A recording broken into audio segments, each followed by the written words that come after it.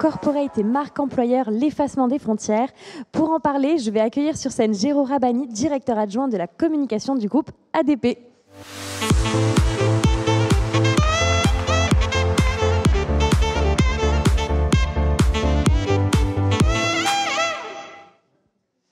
Bonjour à toutes et à tous, et merci de votre accueil aujourd'hui.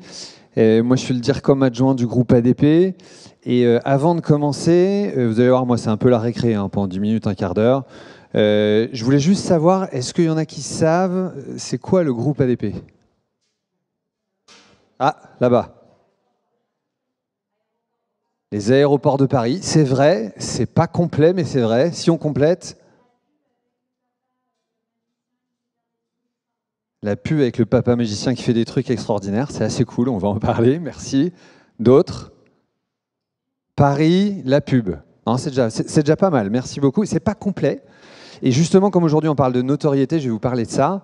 En fait, on est un groupe aéroportuaire. Je salue mes collègues d'Air France que j'ai vus pas très loin là, avec qui on travaille très régulièrement. Évidemment, on travaille tous les jours avec eux. On a un groupe aéroportuaire évidemment à Paris, parce qu'on a le hub Air France et on accueille beaucoup de compagnies, mais on a aussi en gros 27 aéroports dans le monde. Donc on a un partenaire en Turquie qui s'appelle TAV et un partenaire en Inde qui s'appelle GMR. On est un des plus grands groupes aéroportuaires mondiaux. Donc je voulais juste vous donner le décor de tout ça, parce que souvent on a des préjugés sur c'est quoi les aéroports de Paris. En fait, c'est beaucoup plus large et c'est de ça dont on parle aujourd'hui. Je voudrais juste, en fait, on va faire une petite histoire entre pré-Covid, Covid, post-Covid. Je crois qu'on a tous connu ça. Moi, je voudrais vous faire un petit feedback, un petit retour d'expérience sur ce sujet-là, sur des trucs très concrets. Avant le Covid, le secteur aérien, c'est une croissance à 2 chiffres. En gros, nous, notre problème, c'est un vrai problème business, avant le Covid, c'est comment on va faire pour accueillir tous les passagers qui vont nous être donnés dans les 20 prochaines années dignement. Il y a une telle croissance attendue, sous la pression des classes moyennes chinoises et indiennes, que notre obsession, c'est comment on va travailler des infrastructures pour accueillir ces passagers. Premier point. Deuxième point, je ne parle pas des collaborateurs dans le monde, là je réduis un peu le scope, je nous place à Paris, dans les aéroports parisiens, on gère 6000 collaborateurs. Et puis, il y a globalement, encore en 2019-2018, une attractivité naturelle du secteur qui reste super forte. C'est quand même le voyage, c'est les avions, ça génère du rêve, ça génère des choses positives, etc.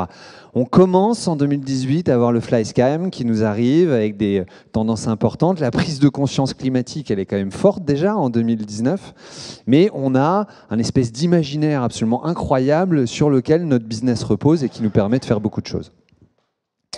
Ça, c'est pré-Covid. Après, on a cette image terrible. Pendant le... Alors, comment je fais pour revenir là?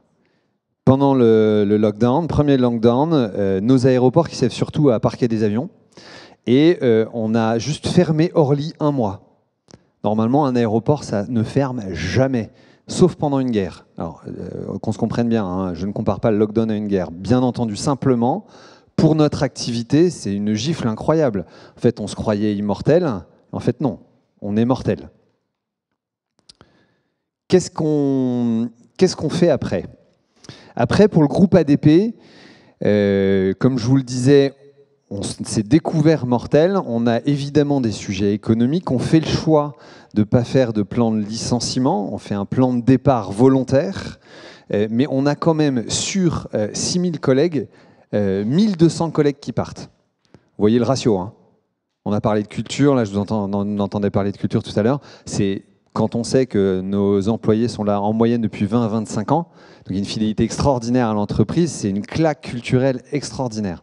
Donc il y en a 700 qui ne seront pas remplacés, donc déjà en termes de culture de travail ça change tout. Et puis en plus, on a énormément de nos clients, les compagnies, et de nos prestataires ou de nos partenaires qui sont en grande difficulté, comme nous. Donc on a cette transformation culturelle qui est super forte.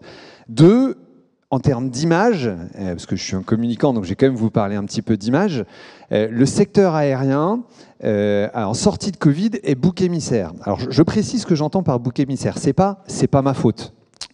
Bien sûr que d'une certaine manière, on fait partie du problème et on travaille d'arrache-pied pour y contribuer à résoudre ces problèmes-là. Simplement, le Covid s'est transmis par des gens qui passaient par des aéroports et l'aéroport, de totem de la mondialisation heureuse et du voyage, devient un totem des problèmes que pose la mondialisation. Et à cela s'ajoute évidemment la prise de conscience climatique qui a très radicalement accéléré ces dernières années, et c'est tant mieux, et le secteur aérien, évidemment, très très souvent médiatiquement mis en avant. Dernier point, dans l'opinion, on observe une polarisation plus importante. Ça veut dire quoi? Ça veut dire que tout simplement, les points de vue nuancés sont de moins en moins audibles dans la sphère médiatique. Alors, il y a plein de solutions à ça, hein, pas de catastrophisme, simplement. Pour le secteur de l'aérien, ça pose plein de questions. Et puis, on s'aperçoit aussi pendant cette période, même si on a des baromètres, etc., que la notoriété de la marque Groupe ADP, c'était marrant le petit sondage qu'on faisait au début, en fait, au fond, tout le monde sait qui on est, ouais, les aéroports, ok, mais personne ne sait vraiment ce qu'on fait. Et vu les problèmes d'image que j'énonce là, les problèmes d'attractivité qui sont nouveaux pour nous que j'énonce là, bah forcément ça pose un problème majeur. Et puis en dernier point, ça c'est plutôt une bonne nouvelle pour nous, le trafic revient vraiment plus tôt que prévu et surtout plus intensément que prévu. Donc il y a évidemment beaucoup de voyages accumulés, pas mal de revenge travel qui se gèrent à cette période-là, mais on fait face aussi à un besoin d'activité extrêmement fort, alors qu'on a un certain nombre de collègues qui sont partis, qu'on vient de prendre une énorme claque culturelle, et qu'en termes d'image, il y a un certain nombre de questions qui se posent. Alors, je vous parle donc là de la double problématique qui est la nôtre. On a une problématique de com, qui est vraiment de la com pure corporate. La pure question de com qui se pose là, c'est comment on fait pour résoudre ce problème de notoriété sans lequel on ne pourra pas contribuer dans l'opinion à résoudre les problèmes qu'on nous impute ou qu'on génère réellement. Comment est-ce qu'on fait pour parler alors que la polarisation de l'opinion fait que si on parle, on risque surtout de prendre des claques? Comment on fait pour parler alors qu'en fait on a le sentiment que les conditions d'audibilité ne sont pas là? Donc gros problème de com en vrai. Est-ce qu'on doit se résoudre à ne pas communiquer, à rien dire? Est-ce que vraiment on en est là? Et deuxième sujet, on a un sujet de marque employeur qui est comment est-ce que dans cette claque culturelle qui est la nôtre, il y a énormément de collègues qui sont partis, un certain nombre qui ne sont pas remplacés, dans une image du secteur qui est profondément abîmée quand même, où il y a une crise de confiance qui est importante, comment est-ce qu'on fait pour les attirer? Et en fait, ces deux problématiques-là, elles sont très profondément imbriquées. La solution qui a été la nôtre, donc voilà, retour d'expérience, partage de ce qu'on a vécu. Le premier truc, c'est qu'on assume totalement l'imbrication profonde qu'il y a entre le sujet de communication et le sujet de marque employeur. C'est dans nos entreprises des équipes qui se parlent, c'est des sujets connexes, mais ce n'est pas toujours des choses qui sont gérées au même moment de la même manière. Souvent, la marque corporate ou l'image corporate, surtout d'un grand groupe du CAC ou une boîte cotée, c'est pas géré du tout de la même manière ni avec les mêmes équipes et les mêmes mécaniques que la marque employeur. Nous, on se dit, en fait, c'est sûr qu'il faut qu'on gère les deux en même temps. Deuxième conviction, oui, si on est smart, on peut être écouté. Il faudrait être juste très précis sur ce qu'on dit, comment on le dit. Et si on le dit, il faut y aller balèze. Ça ne sert à rien de faire 3 prints dans la PQN. Donc on choisit le média télé, on va faire un film, on a fait un film de 2 minutes et on bastonne en média. Ce qui n'est pas du tout la culture de notre entreprise. La dernière fois qu'on avait fait un film télé, c'était il y a 7 ans et c'était rien à voir avec l'exposition qu'on a là. Donc on n'est pas comme les boîtes de FMCG qui ont vraiment l'habitude de faire ça tout le temps, etc. Et le dernier point, et c'est là que en fait, on résout la plupart de nos problèmes, c'est qu'on pourra parler si on fait parler les gens qui font le métier, nos collaborateurs. On les présente et ils vont incarner notre métier, c'est eux qui vont être nos représentants. Alors, il n'y a rien de pire souvent qu'un film de people. C'est très facile à rater, en gros. C'est hyper facile de faire un film merdique avec des collaborateurs qui sont contents d'être heureux, avec un gros logo de compagnie à la fin. Donc le gros enjeu, c'est comment est-ce qu'on réussit à faire ce truc-là, qui est quand même globalement pas simple à faire. Le premier point, c'est on part d'un insight de notre catégorie. En gros, on part du concret avec une observation très sociologique. Nous, dans notre business, il y a une espèce de culture qui est moins vraie maintenant, mais il y avait souvent les volants, donc ceux qui volent en haut, les pilotes, et puis les rampants, c'est-à-dire tous ceux qui sont au sol et qui font tourner la boutique, qu'on ne voit pas beaucoup, mais sans qui les volants ne voleraient pas. Donc on part de cet insight-là en se disant c'est notre culture, c'est vraiment de là d'où on vient et on va partir de ce truc-là. On ne va pas faire un truc artificiel, on part du réel. Et deuxième point, on va utiliser des codes qui sont les codes de la pop culture, qui nous permettent d'intégrer l'imaginaire des gens sans avoir à créer cet imaginaire. Et donc on va chercher tous les codes Marvel, super-héros, et on cherche avec notre agence à décaler suffisamment le propos pour être audible, pas trop se prendre au sérieux, et en même temps utiliser des codes déjà existants. On va voir ce que ça donne.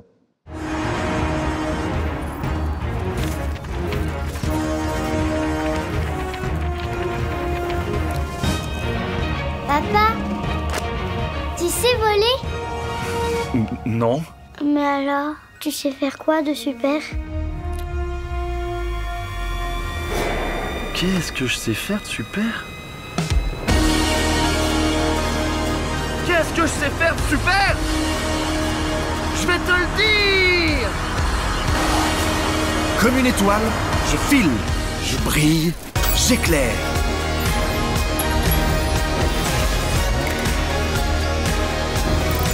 Et voilà la lumière. Wow! Tu veux voir un truc super? Moi, je connais des formules magiques. Et d'un clic, je fais apparaître le sac du petit Loïc. Hé, c'est mon sac! Je vois à travers les choses. Je vois aussi ce que je dois décarboner. Alors je cherche sur Terre des énergies plus durables. À travers le monde, je bâtis. Hop! J'attrape le soleil dans ma main. Sous la terre, je crée des chemins. Et je réinvente la roue! C'est dingue, hein? Je dompte les éléments. L'eau. Le feu. Le vent.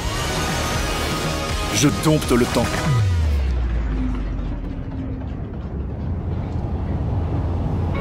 Bonjour, bienvenue. Je ne sais pas voler. Mais les autres, je peux les faire décoller!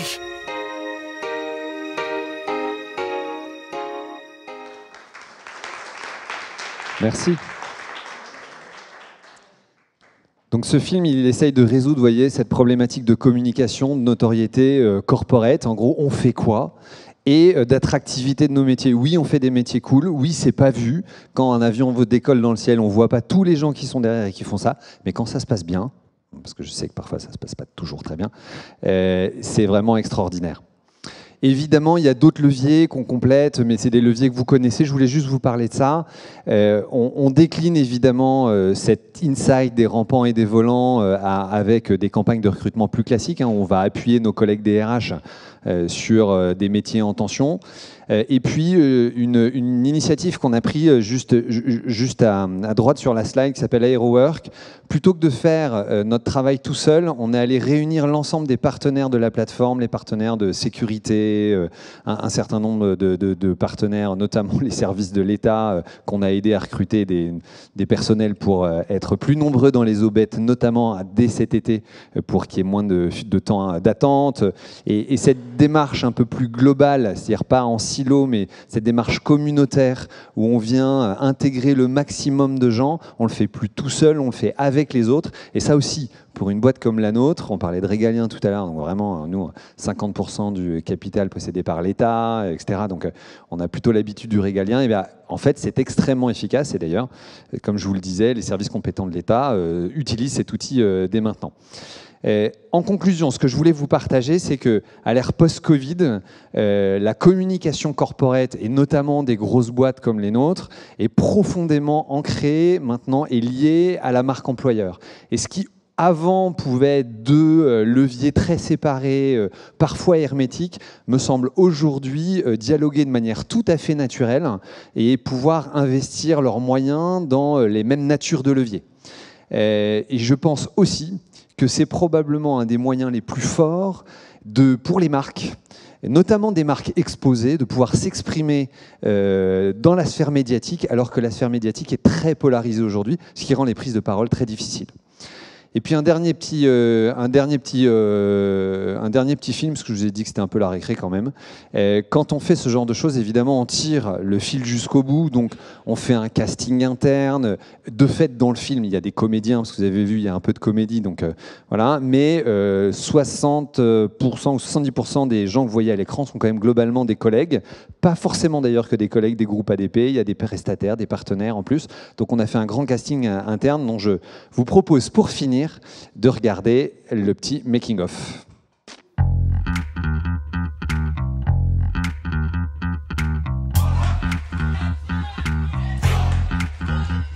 It feels good, man. It feels good, right?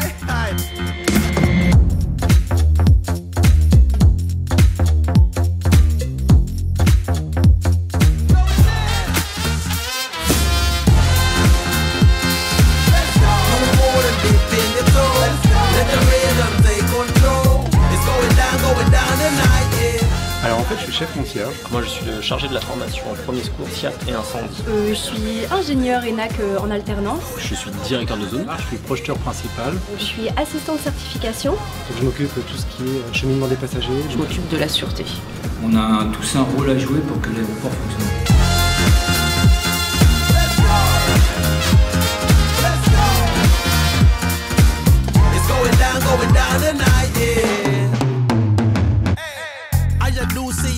No goodbyes, new flows, new highs, through the dark clouds, see the blue skies, it will be I-J-U-A. It's a new day, ride in the storm like a new wave. Shake, shake, shake, move it to the beat now, got the heat now, deep down, we know. C'est mon premier casting, c'est mon premier tournage, et je vous avoue que quand j'ai vu la réaction de mes filles, qu'il y avait un casting sur place et qu'elles ont su que j'étais pris, elles m'ont monté sur la tête.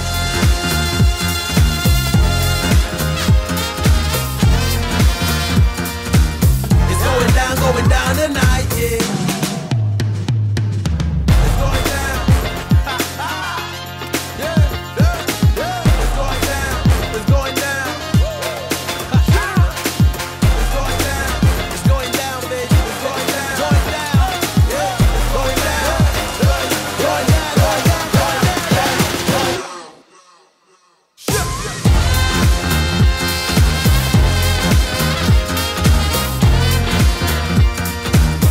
Going down. Going down tonight, yeah. Dive right in, let's go.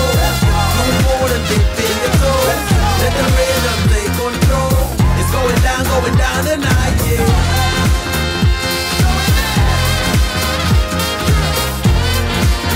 Let's go. Let's go.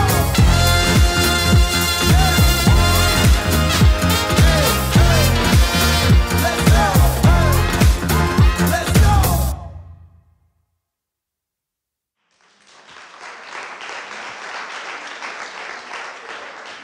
Merci beaucoup et bonne fin d'après-midi.